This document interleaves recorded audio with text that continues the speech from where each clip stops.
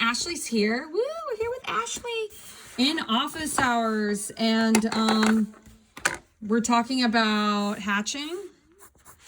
And hatching, again, is when you shade like that. Okay, so that's hatching.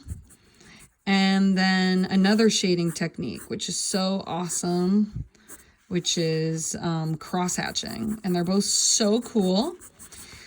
The thing to understand about hatching and cross hatching is you have to get comfortable with kind of like being free with your line. So when you're doing your line work, you know, to go ahead and warm up for hatching and cross hatching, you want to think about things like line weight. So doing these warm-ups, dark to light, and light to dark, and light to dark, light to dark. Because you want to feel comfortable with being able to make a lot of lines. You know, and when you're going at a page, you don't want to hesitate. You don't want to hesitate. You just want to go for it. So light to dark, dark to light, dark to light, light to dark, light to dark, dark to light. Okay, so notice how I'm just warming up. And then another warm up you can do when you're practicing hatching and cross hatching is just these ellipses, right? And that's hard because we're kind of like, what we're doing is, and Ashley, tell me if the audio is being laggy, but we're kind of practicing going in a circle with our hand and doing this circular motion and then dropping our hand down. So circle, circle, drop the hand down. Circle, circle, drop the hand down. Drop the hand down. Drop the hand. Drop the hand, right? So go, do, do, do, do. So it's kind of like these, the ellipses, it's kind of like, these are curved hatches. You know, an ellipse is really a curved line.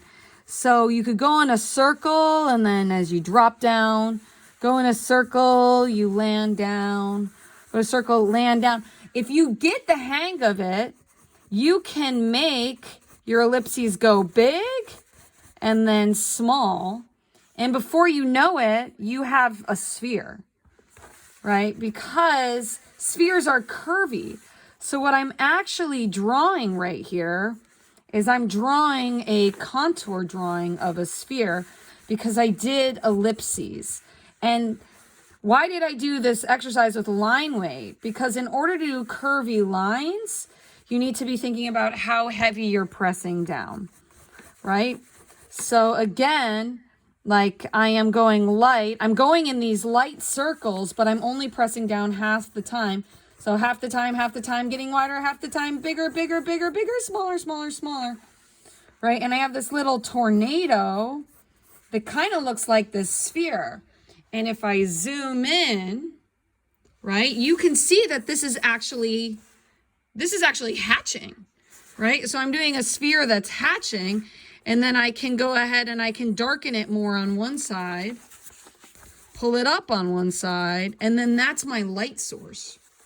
Now, cross hatching is great too, because you can go the other way, which gives you all sorts of options to make it look even curvy, and you're still using that curved line, right, to go ahead and work with your drawing. So you're going both ways. So you're going curvy, dark, dark, dark, dark, dark, dark, and you're going the other way, your ellipses the other way. So like that's kind of like the basics about how to get better with hatching. It's just kind of like know that your lines can go curvy. How does that help, Ashley? Or was that too fast? It's good, man. It's good? Okay, great. So with hatching and with shading and curvy hatching, the more hatching you do, the darker your value. So some of you have like darker value pencils. So exciting, right? So it's a darker value pencil if it says B on it. And you can use those. I don't know, Ashley, do you have those? Do you have like the special ones? What? I missed that. I didn't get those. Okay. Well, what you can do to do a darker value, like if you have these, that can help you go darker on the side, like pretend my light is here. But you can use your pens. Like I'm sure you got the gel pen, right, Ash? Oh, my head hurts. So The what? Did you get a pen? Yeah. Okay, so you can also do hatching. I know you said you wanted to do pencil, but what's cool about hatching is you can do it with pen too. So you can go back in with a pen and you can add those little curved ellipses to make it kind of darker. So you can make it darker that way. I've already put so much pencil that it's not letting me. But the thing to remember with like lines, if you're doing this like curvy sphere, the direction of your hatching is going to change. Like if the ball's curving up, it's going to go that way. Okay, if we're going down, like if we're looking ahead at the circle right ahead, and if I'm looking down at the bottom, the contour lines, because what is the hatching? The hatching helps to create something called contour lines, which is really like fabulous. And contour lines are basically lines like around a shape. Like if we were to draw kind of like, you know, for example, a banana, right? So we have this banana, right? I don't know, you guys can make fun of my banana. But that, I just did the outline. What you want to be able to do is you want to be able to use hatching to do contour lines. And then we're getting the sense that the banana is sort of like curvy because I'm kind of adding in the hatching. What do you think, Ashley? Does this look like a banana? No? Yeah. She's so nice to me. You're so nice to me, Ashley. I don't think it looks like a banana at all. Okay, so those lines, those contour lines help us to understand that it, like, get the sense that it's kind of like curvy, right? So, and then when you're shading, you know, one of the secrets that no one ever taught me about was the importance of just shading the background, because then all of a sudden your highlight comes forward. So you always want to bring down your, like, the value behind the figure. Dun, dun. And I can really like make a harder boundary with the pen. Drawing with pen. She's like, I want to do pencil. And then here we are doing pen. But it's just kind of like, if you don't have those darker value pencils, then you can use this. And then you can also do hatching on this side, but I would go super light. Okay. What other questions do you have, Ashley, or is that good? Want to try something else? I'm taking requests. I don't know. That's good though. Do you want to try doing a sphere? Or, wait, this is a sphere. I can't talk.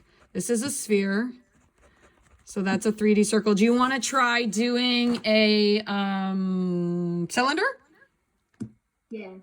Okay, so if I were to do a cylinder with hatching and cross hatching, right? So again, my friend is the ellipses, right? Oh my gosh, you can't see the whole thing. Right, so I want to do those ellipses. Circle, circle, circle, circle, circle, circle, circle, circle, circle, circle. And the ellipses, like, make the sphere. So the ellipses are kind of like the contour. So these are the lines that are envelope. They're like wrapping around the edge of the cylinder. It's like beautiful. So this is a really abstract concept to get, you know, like, why are we doing these ellipses? But it's actually the curve around the object. So we could then add vertical lines. Pretend my light's coming in from the right. So here's my light. So then my shadow would be here. So then I add my vertical lines to make it feel long. And then it becomes hatching because I'm going the other way.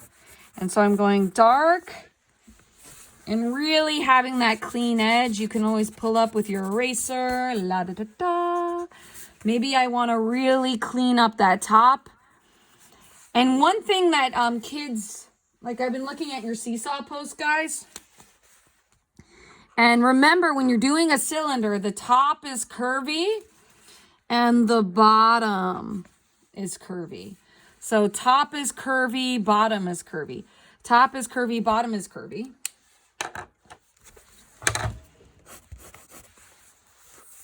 And so check that. And then really make sure you know where the edge of your cylinder is. And if to clarify where the edge is, you can go ahead and shade the background. Make sure you have a clean edge. And then lightly with a light value, go ahead, shade that background.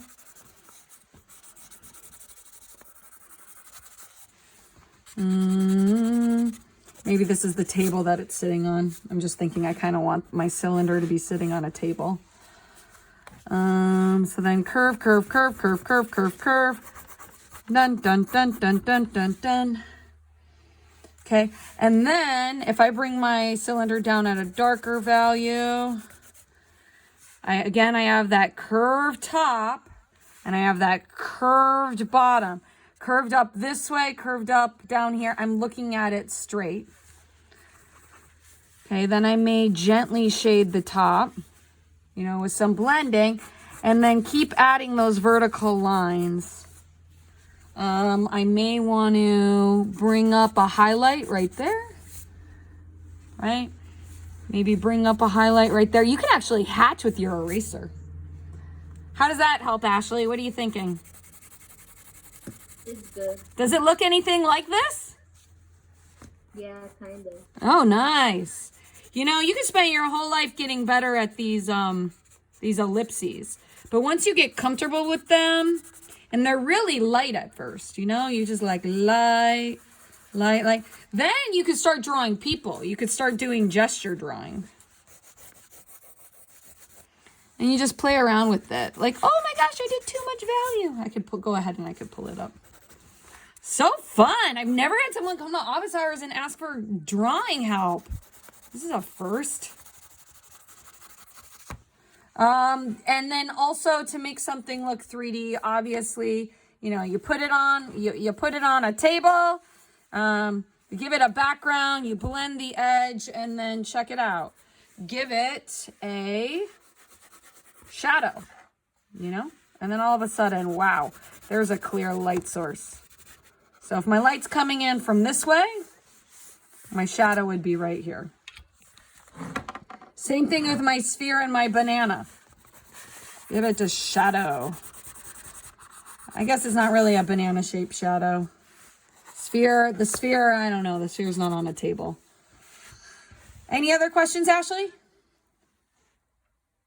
No, that's it. Do you feel like it's better? Yeah. All right, rock and roll. Thank you for the inspiration.